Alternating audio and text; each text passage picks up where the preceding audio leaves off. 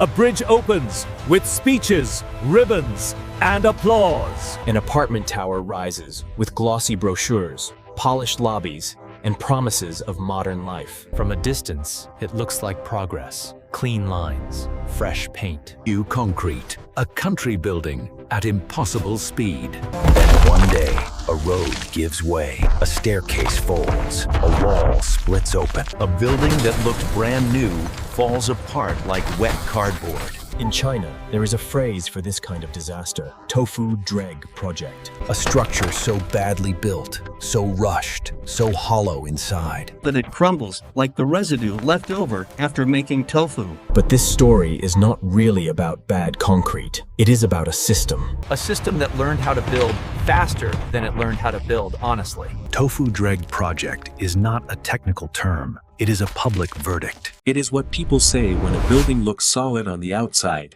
but is rotten on the inside. And the phrase has endured because too many people have seen the same pattern. Corners cut, inspections faked, budget squeezed, deadlines accelerated, responsibility blurred. China's construction boom happened at a scale the modern world has rarely seen. By the end of 2023, China's urbanization rate had reached 66.16%. According to official data, after what state media itself described as the largest and fastest urbanization process in history. At the height of the boom, real estate accounted for about 25% of China's economy in 2021, and 31% if infrastructure is included. That scale matters, because when construction becomes this central to growth, buildings stop being just places to live or bridges to cross. They become political instruments, financial instruments, and, eventually, statistical instruments. The result is a dangerous temptation to treat concrete not as a safety responsibility, but as a shortcut to growth. The deeper mystery is not why one building fails.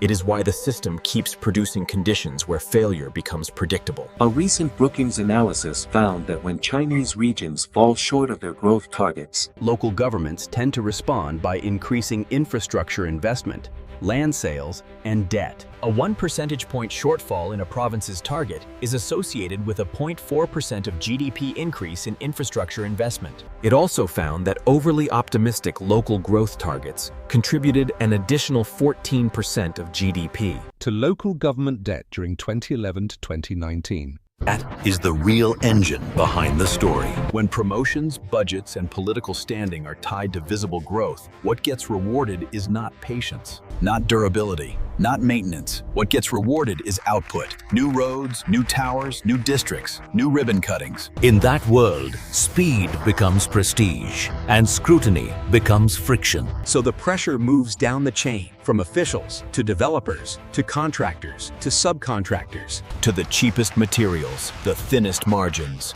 the weakest oversight. On paper, it still looks like development. In concrete, it can become deception. This is how a building becomes a lie. First, the design is compromised. Then the budget is squeezed. Then the contractor cuts quality to protect margin. Then the inspector looks away. Then someone adds another floor and another, and suddenly the structure is no longer what it was designed to be. In Changsha, in central China, a self-built residential and commercial building collapsed in 2022. Killing 54 people and injuring 9. The official investigation later concluded that the building had originally been 5 stories, was illegally extended to 8, was of poor quality, and could not support itself after the expansion. Investigators also said local authorities were negligent, slow to stop illegal construction, and ineffective in supervising housing quality inspection agencies. In 2024, 15 people were jailed over the disaster. That is what makes the phrase Tofu-Dreg so unsettling. It does not describe a single technical defect. It describes an ecosystem of tolerated risk. A wall does not suddenly become weak by accident. Usually, weakness is negotiated into it, step by step, signature by signature, compromise by compromise. People in China did not invent this phrase because of one viral video. They use it because of memory. The modern trauma of Tofu-Dreg construction is inseparable from the 2008 Sichuan earthquake. The disaster triggered public anger because some parents and activists believed the schools had been built to weaker standards than surrounding structures. Human Rights Watch later documented that activists and citizens who investigated allegations of shoddy construction were detained, arrested, or otherwise obstructed. Then there was Harbin in 2012. A section of the Yangmingtan Bridge collapsed less than a year after opening, killing 3 people and injuring 5. State media noted that it was at least the 6th major bridge collapse in just over a year. And public debate quickly turned to a familiar question. In the race to build fast, had safety become negotiable? This is why Tofu-Dreg projects provoke such immediate fear. Because every fresh crack is never just a fresh crack. It reopens an older wound. Every new collapse asks the same terrible question. Was this an accident, or was it merely the moment the hidden truth became visible? And sometimes a Tofu-Dreg project does not collapse at all. Sometimes it just stops. The elevators never work. The wiring is unfinished. The plaster peels before anyone moves in. Or the project remains frozen for years, half sold, half built, and fully paid for. In 2022, China's property crisis turned that silent failure into open defiance. Reuters reported that homebuyers in at least 100 cities threatened to halt mortgage payments over stalled construction, while a widely monitored list tracked 342 projects by mid-September. The protests became a rare act of public disobedience,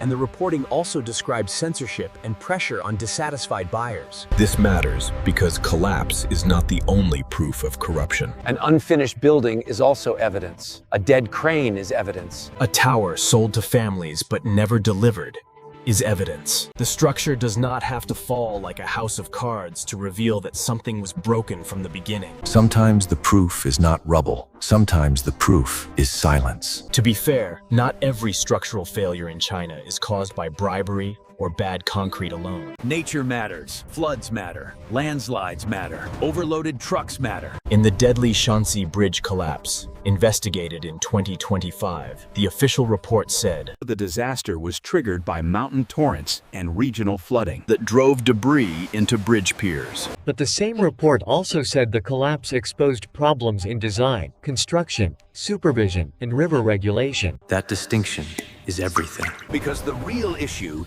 is often not whether nature was involved. It is whether the structure had enough honesty built into it to survive stress. A storm can expose a weakness, but it does not invent it. When a society builds on thin margins, financial margins, safety margins, moral margins, then every flood becomes more dangerous, every tremor more revealing, every crack more political. And now the pressure is getting worse, not better. Reuters reported that Chinese local government land sale revenue fell 16% in 2024, after already dropping 13.2% in 2023. That matters because land sales were once a major source of local income, the same income that helped feed the construction machine in the first place. So here is the real warning behind the Tofu-Dreg projects. A system can build faster than it learns. It can borrow more than it can inspect. It can celebrate a ribbon cutting long before a structure has earned the right to stand. What collapses in these moments is not just a bridge, or a school, or an apartment block. What collapses is trust. Trust in the contractor. Trust in the regulator. Trust in the promise